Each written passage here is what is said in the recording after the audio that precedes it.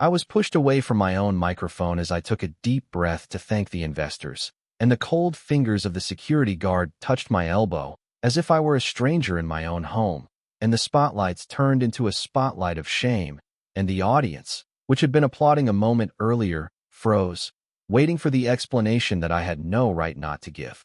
"Mr. Koval, we are with the Financial Crimes Department," the stage manager whispered as calmly as if he were announcing the next act. And at that moment I realized that my jacket, my image, my kingdom were just thin skin that someone had already begun to tear off. My hands were not shaking, my voice was breaking, and not from fear, but from a familiar feeling. When you are betrayed quietly, with the precision of a surgeon, and you are the last to know. I tried to smile, tried to pinch myself to keep from lashing out at those who had led me backstage, where the smell of dust and metal stung my nose, while my partners in expensive suits pretended not to see me being ushered out like an unwanted guest. "This is a misunderstanding," I said, and the words fell to the floor like coins rolling off the edge of the table. "Explain on what grounds?" "Minority complaints, anonymous testimonies, discrepancies in the three-quarter report," the man with the ID card replied, without raising his voice, as if he were giving a weather forecast. And I found myself counting his wrinkles so as not to listen to the numbers that someone had deliberately turned against me. I knew every line of my reports, every crack in the tile in the lobby of the head office, every inconvenient truth that had to be masked by concern for the shareholder. And yet there was something too purposeful, too synchronous, in this list of accusations to be a coincidence. I remembered the call yesterday from a former partner who had suddenly reappeared in my field of vision with an offer to bury old grudges. I remembered the brief message from my younger brother that said only, "Be careful," and how I had responded with a like because I was in a hurry to get on air. I remembered how a few weeks ago the lawyer had said, "There are seams here that could come apart," and I smiled because I had always known how to turn seams into lines of an advertising slogan. They put me in a small room with a metal table, where the hum of the air conditioner hid my nerves better than any therapist could, and I pressed my palms against the cold surface as if it were the pulse of my business, which I was trying to get back into rhythm. "You have the right to a lawyer," they said. "I have the right to the truth," I replied, and felt not fear but anger begin to crystallize inside me, stubborn, almost childish, from which decisions that change biographies grow. "Who filed the complaints?" "Confidentially, then listen." And I looked up, because I had learned to speak in such a way that they would record me without editing. They wanted to stop me in public, which meant that the game was not about laws, but about symbols, and I always invested more generously in symbols than in dividends. "Speak directly." I asked the air, the camera, those who might have been watching right now from the hall, where the guest speaker was already joking to smooth out the technical pause. "What do you want, my money or my name?" "Your silence," one of them replied. And at that moment, the right will finally clicked. It's not numbers that kill empires. It's the silence of the host that kills them. I pulled back my chair, felt the old skin cracking inside me, and said, "Then you've chosen the wrong man." And for the first time in many years, I was willing to pay a higher price for the truth than for success. The next morning, my office looked like a field after a storm. The doors were open, the servers were gone, and on the desk was only a blank sheet of paper with a short sentence. "Everything you built doesn't belong to you." All the staff had disappeared, except for the secretary, who avoided my gaze as if I had contracted an invisible disease. I didn't ask anything. I just picked up the sheet, read it carefully again, and felt a chill run down my spine. This wasn't a threat, it was a sentence. The phones were silent. My bank accounts were frozen. My name had already disappeared from the news feeds, replaced by headlines like, "Is Koval's empire a pyramid scheme? Or is an ex-businessman hiding from the investigation?" I sat in my apartment, where the mirrors had only caught the light from the penthouse chandeliers yesterday, and today they reflected only the darkness that was creeping up from the screens. Friends didn't answer, partners turned off their phones. I tried to remember which of them could have done this, but suspicion grows like a weed. It doesn't choose a place. It just suffocates everything that lives. A day later, Anton, my lawyer, called me. "You need to know the truth, while you still can change something. Speak up." This is the work of Maxim, your former partner. He gained access to old reports, found discrepancies, and filed a collective complaint on behalf of several investors.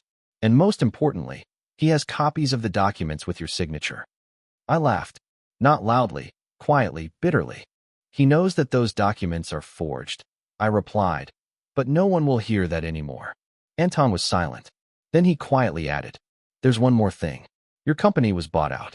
Through an offshore company. In fact, he's its owner now. I stared out the window for a long time, where the sky was dimming, as if someone was turning off the lights one by one. Owner. The word echoed in my head like an old debt. My name had been erased from the door, but most of all, it had been erased from myself. I no longer felt who I was. Without company, without influence, without a stage. The silence I feared now sat next to me on the couch, touching my shoulder and whispering, now we know each other. The following week, the searches began. Every knock on the door felt like a sentence. My party photos were on the front pages, my quotes about business integrity were in the news under ironic headlines. I was being crucified publicly, calmly, systematically. And I saw the world I had built crumble not at the hands of the enemy, but at the indifference of those I had once fed. I lay awake at night. I went through old letters, conversations, agreements. And I found one. A 3-year-old audio recording of Maxim admitting that he had forged the contract to save the deal. I kept quiet then so as not to destroy him. Today it could destroy me. I sat on the floor among scattered documents, and my phone was ablaze with messages from journalists. Mr. Koval, are you ready to comment? They asked. Comment on what? My own end? I pressed delete all, and finally realized that this was not just a business crisis. This was a surgical operation where they were cutting out not my reputation, but my past. And in order to survive, I had to become what I was accused of being, ruthless, cold, capable of stepping over even myself. In the mirror stood a person I barely recognized. And for the first time, not despair, but a plan flashed in her eyes. They took everything from me. So now I have nothing to lose. 3 weeks passed. Journalists stopped looking for me because new scandals appeared in the news cycle, new faces to shoot. And I disappeared, to everyone except one person. Her name was Alina. She used to work as a financial analyst at my company until she quit after her report revealed an imperceptible error that had cost us millions. I didn't even call then. I just signed a dismissal order. And now she was sitting in front of me in a cheap cafe near the train station, looking me straight in the eye and saying, "They did to you the same thing you once did to me." I was silent. There was no anger in her voice, only the firm confidence of a person who sees through you like through glass. I know that Maxim did not act alone. I saw the schemes he used. They are old. I created them for you once. Account switching, money transfers through holding companies, fictitious audits. They used your own shadows to destroy you. I breathed in the air that smelled of cheap coffee and fatigue, and for the first time in a long time, I felt something moving inside me. Not fear, but a sense of direction. She took out a flash drive, placed it between us like a treasure map, and added, "Here are copies of all the fake reports. And most importantly, access to the offshore archives. If you open them correctly, you will see who is behind Maxim. It is not him. Not him." These 2 words fell into my head like a shard of glass. I took the flash drive without saying thank you. We simply left the coffee shop in silence, and when I looked back, it was gone. Only a glint in the window, as if the shadow of the past had waved its hand and disappeared. That night, I opened my laptop. The system demanded passwords, codes, confirmations. My algorithms, once created to protect the empire, now stood guard over its ruins. I fought them like ghosts of my own ego. And when the screen finally lit up, I saw not numbers, but names. Among them was one that made me push back my chair and stare into space for a long time. Andrei Koval, my younger brother. The world began to spin around me slowly, as if in thick water. Memories flooded my mind.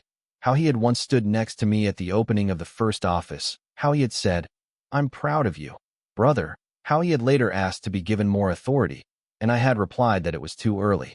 He was always too early. Maybe that was why he had decided to do it too late on his own. I scrolled through everything again. The documents he had signed, the payments through front persons, the purchase of assets for third-party companies. The picture came together. He wasn't just an accomplice. He was the architect of the entire trap. I didn't cry. I didn't scream. I just closed my laptop and for the first time in a long time felt a strange sense of relief. Betrayal from a stranger cuts, but betrayal from a brother burns, purifies. It leaves behind not pain, but clarity. I realized that I no longer wanted to bring back the past. I wanted to bring back justice. And at that moment, when dawn was breaking over the rooftops, I said out loud the words I had been afraid of for years.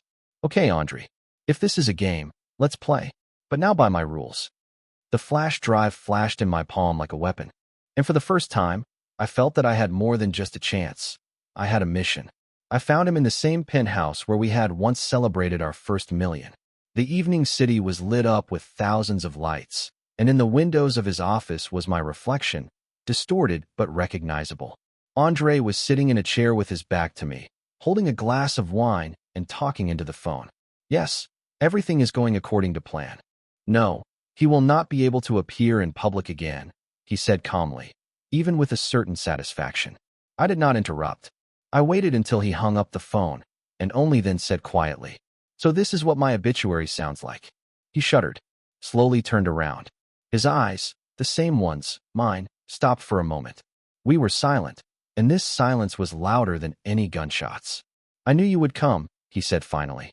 "You always come when it is too late." Too late for whom? I took a step forward. For me or for you? He stood up, and there was something triumphant but false in his movement. "You never shared power. I only took what was mine. You thought you were an empire. But empires fall, brother. Always. And who taught you to betray? You. With your hands. With your methods. I just did it better." We stood face to face, two products of the same poison. I wanted to break this moment, but I knew. What separated us was not greed, but a difference in goals. He wanted control, I wanted the truth. I threw him the flash drive. It fell on the table, clinked. "It's all there. Your schemes, your deals, your partners in London. If I send this to the journalists, you're dead. But if I remain silent, I am dead. So tell me, Andre, who are we now?" He looked at me with a faint smile. "We are what the world has made us. And in this world, the winner is not the one who is right, but the one who can click send the fastest." "Then why haven't you clicked yet?" I saw a wavering in his eyes, a faint one, but a real one. It wasn't fear. It was a memory of how we once sat together on the floor of our old apartment and dreamed of something more, of how I promised that he would always be there. And I realized, he didn't defeat me, he simply lost himself in my shadow. "I didn't come to destroy you, Andre," I said quietly. "I came to end this. Without courts, without cameras, just between us. And what will you do? The choice is yours." I turned around, walked towards the exit. Behind me was silence, so thick it could be cut. And then, just as I was touching the door, there was a sound. A step, then another, then the shattering of glass. I didn't turn around. I didn't have to. I knew he had broken the flash drive. Not to save himself, but to bury everything we had created. When I went out onto the roof and felt the cold wind on my face, I realized no one had won today. But for the first time in years, I felt that I was no longer afraid of losing. Because remaining human is also a victory. Sometimes, it's the only one that matters. A month passed. I was no longer in the news, in court, or in conversation. I became a shadow, and for the first time, it gave me freedom. I lived on the edge of town, in an old house by the river, where the nights were quiet and the days smelled of dust and coffee from a cheap cafe. I woke up without anxiety, but with one question that kept coming back like an echo. What was left of me when everything was taken away? The answer didn't come immediately. It came from a chance meeting with a 20-something guy who had once been an intern at my company. He came up to me on the street, recognized me, and instead of condemning me, he simply said, "I learned a lot from you back then. Not from papers, but from the way you talked to people. I saw that you weren't the person you made yourself out to be." I looked at him and realized, the truth doesn't disappear, even when it's walled up under the concrete of lies. It's just waiting for someone to say it out loud. I came home and opened my old laptop. On the hard drive is a copy of what Andre destroyed. I left it back then, not for revenge, for the moment when I can look at the past without hatred. Now that moment has come. I recorded a short video, without a costume, without makeup, without roles. Just me. I told the camera everything, about betrayal and about my own pride, and about how easy it is to turn success into a trap when you forget what you needed it for. Not to possess, but to create. Not to get rich, but to give others a chance. I published the video without captions, without logos. I just threw it out into the world like a bottle into the sea, and forgot. A few days later, dozens of strangers wrote to me. Not sympathy, gratitude. They wrote about their downfalls, about their brothers, about their losses. And I realized, my end was someone's beginning. One evening I received a letter without a return address. Inside was a short line. I saw your video. I'm sorry. No signature. But I knew who it was from. And for the first time in all this hell, I allowed myself to smile. Because forgiveness is not mercy. It is the key that unlocks the past and allows me to move on. I went outside. The air was cold but clear. The sky was cloudless. I looked up and thought about how strange life works. We chase the stars to prove that we can reach them, but the real meaning begins when you learn to just look at them and be silent. Now I don't dream of empires. I dream of peace. And if one day they call me rich again, so be it. But let them mean not money, but the fact that I have finally become rich in truth.